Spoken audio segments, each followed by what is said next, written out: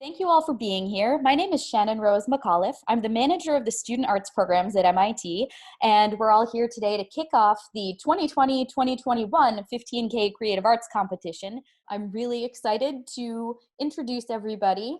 We have Team Elements, who were our 15K first place winners last year. We've got Michael and Maria. I have Ellen Shakespeare from 2018. Her venture is called Spaceus. And then I've got fantastic mentors, Nir Hindi and Jon Corbiere, also joining to offer some of their perspectives about what it's like to help these ventures facilitate their success. Let's start by going around. Everybody give me a minute-long intro and a brief overview of your venture. We'll start with Elements. Hi everyone, I'm Maria. I'm an architect by training, and I recently graduated from MIT from a Master's of Science in Architecture Studies, and I'm co-founder of Elements. So Elements is design learning in a box. We're developing at-home art and design curriculum for students ages 10 to 14, and we're hoping to expand access to design education by putting creative curriculum in the hands of students around the world. And the other co-founder is Michael. Hey everyone, it's good to see you this Sunday. My name is Michael Stradley. I'm also an architect by training. I just finished the Master's of Science, also in architectural design at MIT.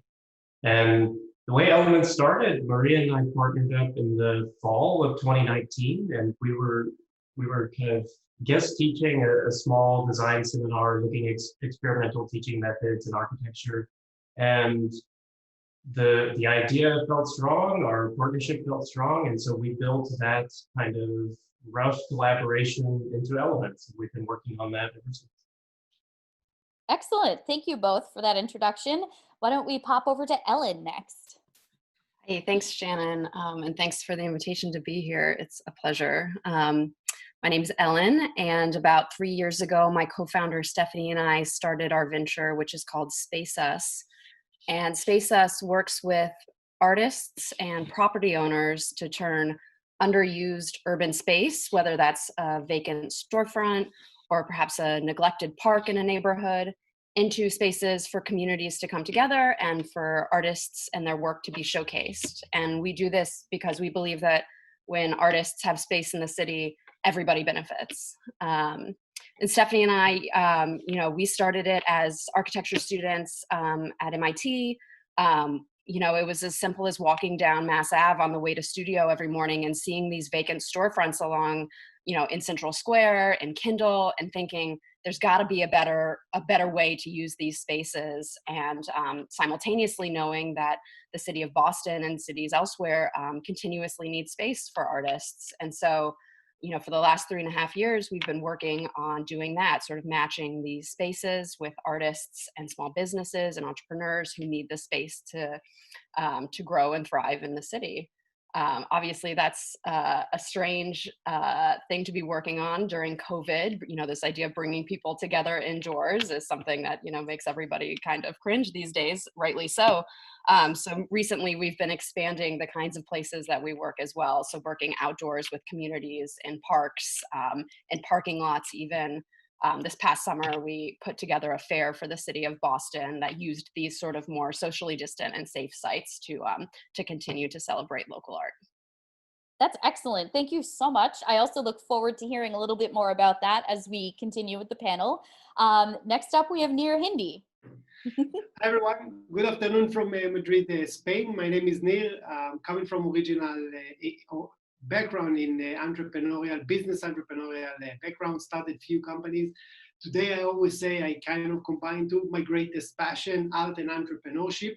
I'm the founder of the Artian, and what I do with the Artian is basically I take art as a way of thinking, because for me art is always about the mindset, it's not about the object.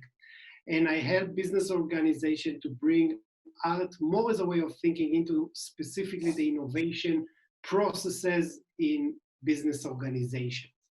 And thanks, Shannon, for inviting me to be here. It's a pleasure having you here. And next up, we'll have our last introduction from Jon. Hi, everyone.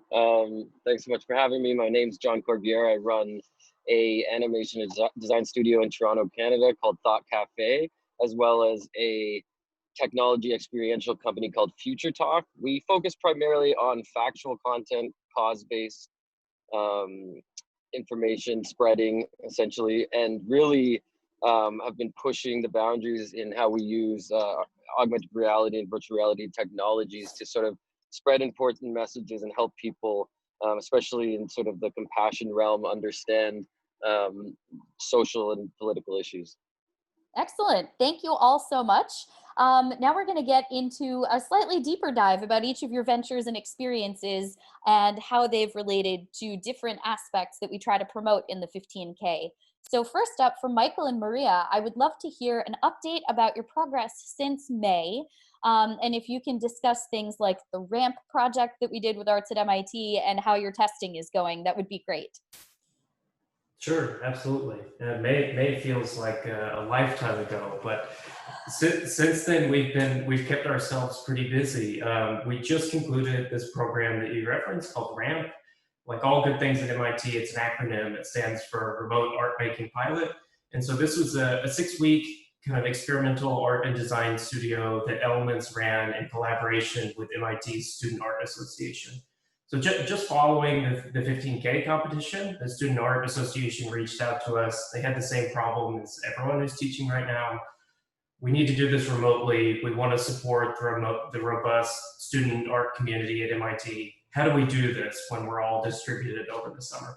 So we worked closely with them and we developed this 6-week pilot program. It was kind of unglamorous. It involved packing up boxes with art materials, shipping them to people all around the country, and then meeting once a week for a few hours to discuss and critique one another's creative work. The goal of RAMP for us, in addition to doing some meaningful teaching, was that it gave us the opportunity to pilot a few prototype ideas that we had and get user feedback from both undergraduate and graduate students at MIT. So we tested 3 pieces of curriculum that we hope to develop over the coming 12 months. Those are going to become products for wide release.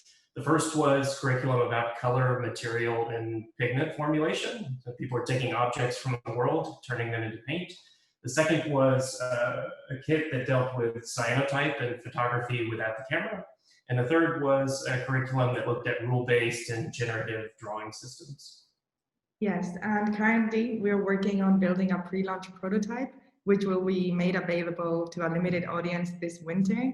So it's one of the kits that Michael mentioned. It's the cyanotype and photographic experiment kit, and it explores the historical photographic technique of cyanotype, which allows students to produce photographs without a camera using only sunlight.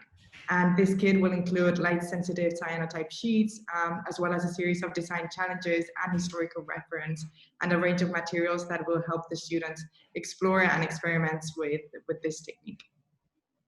It sounds fantastic. If that sounds, I have to throw this shameless plug. If this sounds compelling to you, or you have a young person in your family or in your kind of orbit, we hope to get these available before the holidays. So we'll put the link in the chat. If you sign up with your email, we'll let you know just as soon as we're finished working on it. Excellent.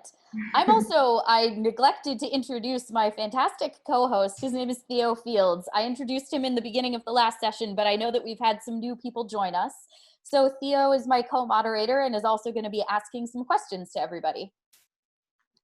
Yes, thanks for the warm intro. Some questions for Ellen, aka the Spaceus team here. So you mentioned having outposts in New York City and also kind of a move to pivot your business model a little bit away from indoor spaces, more towards outdoor spaces, safe collective gathering. Who have been your kind of key partners in that, and what have been the steps that have been made that successful and viable? Oh, I think you are on mute, so. Yes, classic. Thanks for the thoughtful question. I think, Creative Reframe earlier mentioned that nobody does this type of work alone, and that is very much true in our case. There's a constellation of partnerships and resources we rely on every day. I mean, not the least of which are folks that you mentor or that you meet rather through organizations and competitions like this. Truly, we are still in touch with mentors that we met through this very competition. We email them constantly for big asks and little asks. So there's mentors that we keep in touch with who provide us with resources and insight. There are folks in the city that have been particularly essential for us, working in the real world, in physical space often requires us to think about things like permitting, licensing, how high can a banner be, et cetera, et cetera. And we found a lot of great resources, even just right in Boston. I suppose I'll give like a quick shout out to a group called the Mayor's Office of New Urban Mechanics, a division of the Mayor's Office that is specifically focused on sort of R&D in the city of Boston, perhaps applicable to many teams. These are folks who are really interested in testing and experimenting in the city of Boston. And best of all, they know exactly who to put you in touch with if there's a specific division of the city that might be applicable to what you're working on. So they've been a huge resource for us. And then I think lastly, and maybe most importantly, are our customers. We work with landlords and we work with artists, and talking to them constantly has provided us with the kind of invaluable insight about what our next step should be. It's Stephanie and I working full time at Spaceus, but we could go around in circles for hours, validating one move or the other, and then questioning ourselves. But the clarity that we find when we just pick up the phone and talk to somebody who's known us from the beginning, who we worked with from the beginning, and who is out there in the world experiencing a reality that is unique to them and unique to them as a customer of ours, that has been illuminating. So whether it's through surveys or just picking up the phone and talking to people, are you comfortable going inside of spaces yet? No, like, what does that mean? What would you be comfortable with? And just having a landscape of folks that you can call and get their feedback on has been essential for us as we've both continued to operate in Boston and look elsewhere as well. Fantastic. I think there's a great takeaway for students, which is real customer research, right? Real customer conversations is crucial. Speaking of students in the competition, Nir and Jon, you guys have both mentored students in this competition before. We were curious, how kind of fully developed are some of the ideas when you first encounter them, or when you first encounter the student teams, and what is the most impactful in helping them kind of refine, reform those ideas as they go through the competition? Jon, you want to go first, or you want me to go? I can. Why don't you go ahead first? I'll go right after. Okay, great. So I'll tell you something. I mean, we keep mentioning it, but I think one of the most important thing is the team. And I always say that I prefer an A team with a B idea than a B team with an A idea, because the A team will know how to turn around an idea. And the nature of startup is that you change on a constant basis. So you have to be agile and flexible, changing. Another things that I kind of, what I try to do, at least with the teams that I mentor, is that to really push them into the validation phase. Often we have assumption, and a startup is basically a bunch of assumptions that you need to validate. And I always encourage them to leave the building. What I say, don't stick to the survey. And I think Ellen just mentioned it. Having meaningful conversations with a customer, potential customer, is super, super important in order to validate a problem. Because at the end, I tell them, you don't want to find yourself in CISP, what we call solution in search of a problem. You want to really make sure that not only that you have idea, that you have an idea for the problem that you actually discover. And I think that the teams that actually go outside of the comfort zone and go outside from the building and do speaking to customers, those are the ones that actually able to make the progress in the competition. And what I try to do as a mentor is not to provide an answer, but rather asking questions, to kind of guide them through questions and challenge what they say or challenge what they think. And one of the exercises that I ask my teams to do is to actually think about everything that can go wrong with your startup and try to think how are you going to tackle it. Because in the world of startup, everything that can go wrong, most likely will go wrong. So that's kind of my perspective. That was fantastic. I can give a little. I'll give a little short thing as well.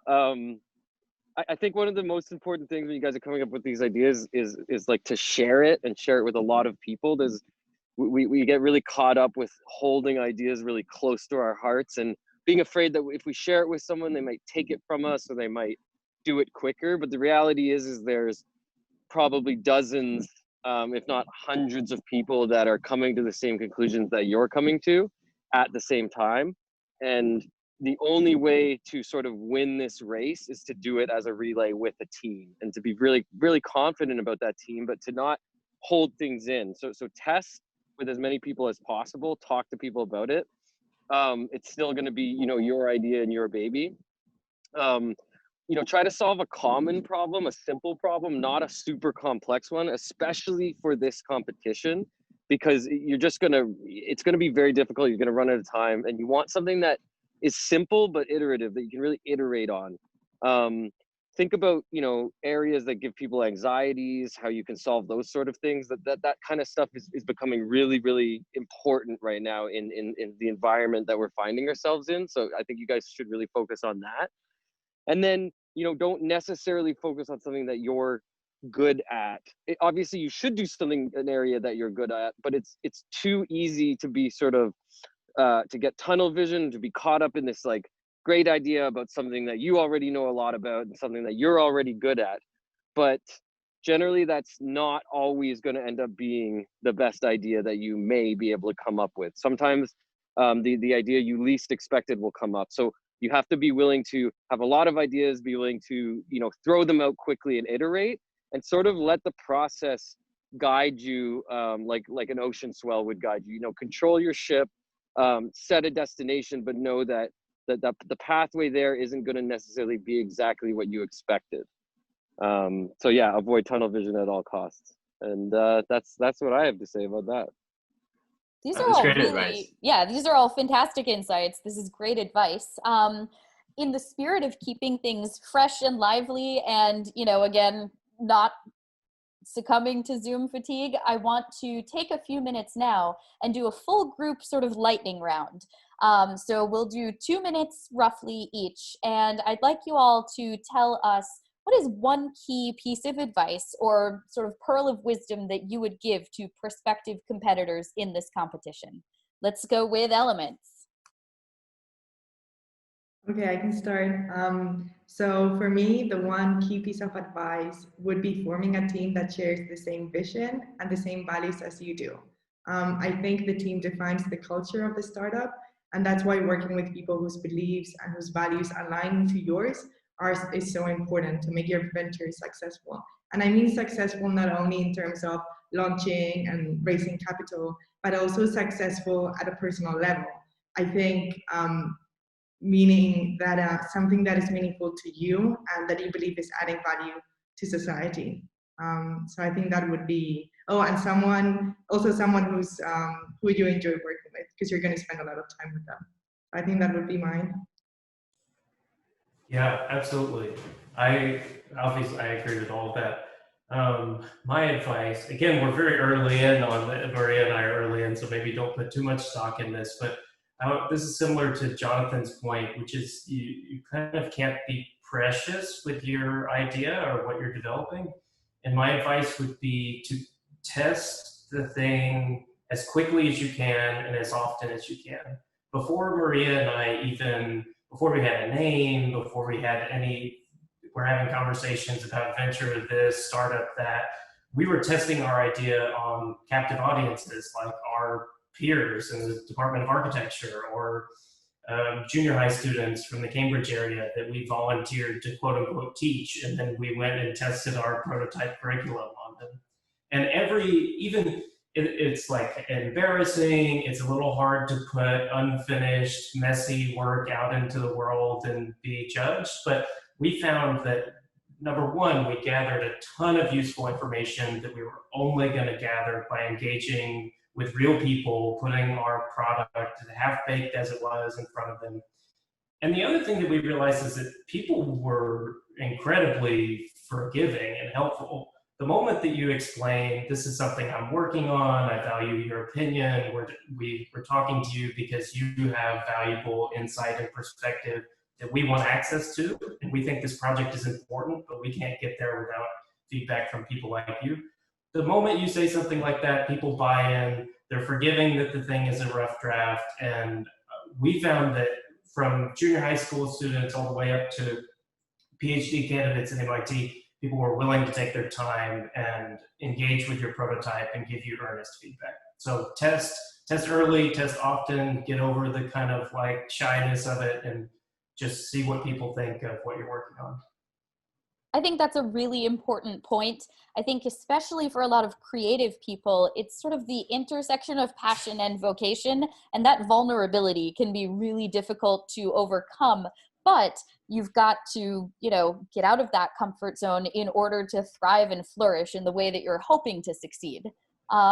So, Ellen, same question.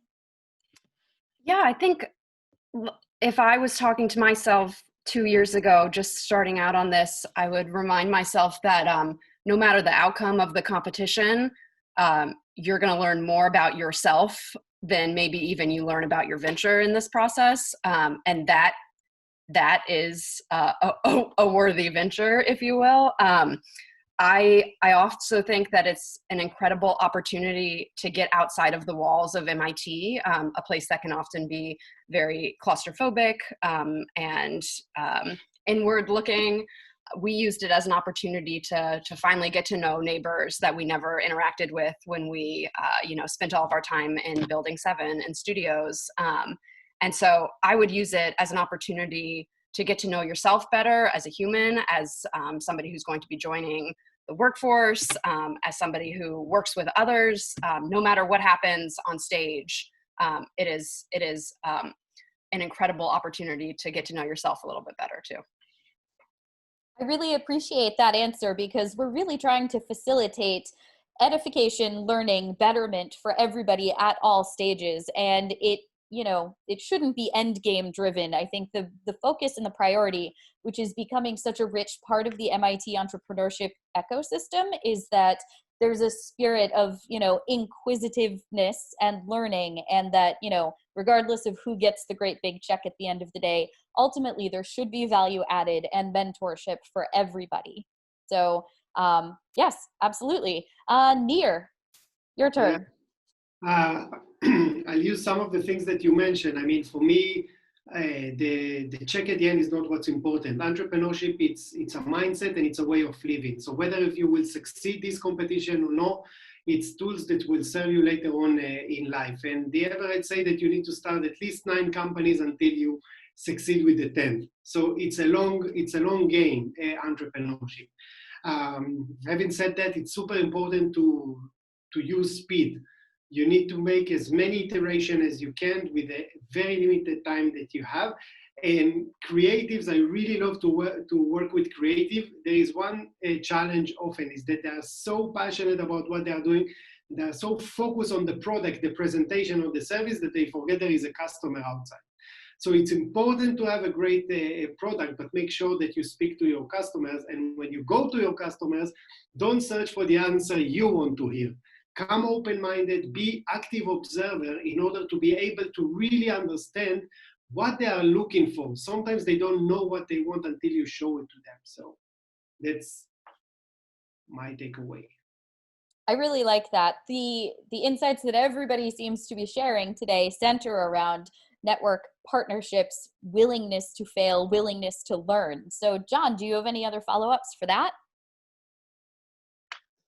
Yeah, one of the things I'll say is like always keep a really tight pulse on like socioeconomic political situations. And I mean, in this case, I think that for myself and a lot of entrepreneurs that I know, COVID-19 quickly had us pivot, but we were in a situation where we were kind of already able to do that. And some of the technology projects that we were working on for sort of 2 years out from now, we ended up being able to look at those technologies and kind of like use them, find uses for them now where they could provide assistance and help in the education realm and in some various other areas. So yeah, having a very strong pulse on sort of the adoption of technology obviously is really important, but especially just, what's going on in the world, where are the anxieties, where are the problems that can be solved, and trying to find that problem that is kind of relatively new and doesn't have solutions yet for it, but we can imagine will be in place for at least the next decade. That's what I would really try to focus on. I think it's very important what you just said, things like ongoing viability and sustainability. It touches back on what Ellen said about thinking about transcending the bounds of MIT. When you're a member of, the big bad real world, you still want your venture to sustain and thrive, and having that mindset, that forward-thinking mindset, I think is essential toward ongoing success, toward forging deeper partnerships, getting more buy-in, and building your longevity. So we've got about 5 minutes left in the panel. If anybody has any other conversational points or questions or tidbits or things that you feel like offering, please let me know. I don't necessarily want to end early because we have a break. I would love to keep the pace going, and I know that we have so many good ideas and great brains in this room right now.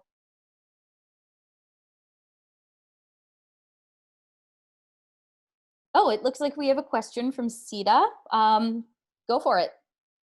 Hey folks, thanks so much for taking the time to share your experiences. It's so inspirational and so energizing, so I love it.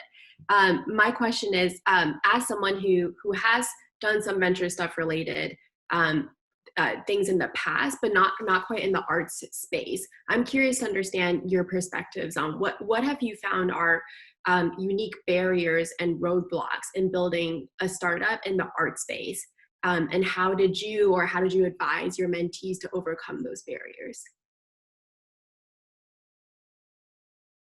It's for us, the mentors? For both mentors and founders. I mean, I'll tell you generally, I think that when you come to a new space, there are no experts in the new. By definition, if it's new, nobody can have experience in that. So don't let the fact that you are not art history graduate or not an artist by yourself to stop you from trying to solve a problem that you think exists. Obviously, as I will keep going back to one of the things I insist on is make sure that you validate that there is a problem. And make sure that you speak. If you are not an artist by yourself, speak with many artists as you can. If you are not a technologist, speak as many technologists as you can. I mean, that's how you also learn. And what's beautiful about entrepreneurship, or at least what the mindset you need to adopt when it comes to entrepreneurship, sometimes you don't know, and it's okay, it's part of the game, but you can also learn. All the information in the world is accessible almost for free. So there are some things that you can do by yourself in order to close the gap. That's my perspective. I always believe in a very active approach. It's never about waiting for someone to give it to you. You need to be able to step up to the game and start to actually, get comfortable with discomfort. Because sometimes it's not comfortable to go to people and just, that's my perspective. I definitely share that perspective. The comfort zone thing, it keeps coming up as a conversational point. It's that growth mindset is really important, and recognizing, as Stephen Sondheim says, opportunity is not a lengthy visitor, and you've sort of got to create your own opportunities. Totally. Do we have any other thoughts before we take another bit of a Zoom stretch break? Going once, going twice. I will then say another thing. Learn from Michael. Entrepreneurs need to sell. Immediately he told us that we will have the boxes available by the end of the season. So it's very important. Sales skills are super, super important. As an entrepreneur, you always, always, always sell. So kudos to Michael that immediately showed us that we can buy the product at the end of the month. That was really important. You know, turning around on a dime, that agility was one of the most impressive aspects. I almost said one of the most impressive elements of elements, if you will. All right. So we're winding this down, and I'm sure Theo and I would love to thank Nir and Jon, Ellen, Maria, and Michael. You've all offered some really fantastic insights. It's been a delight to speak with all of you. And thank you all again so much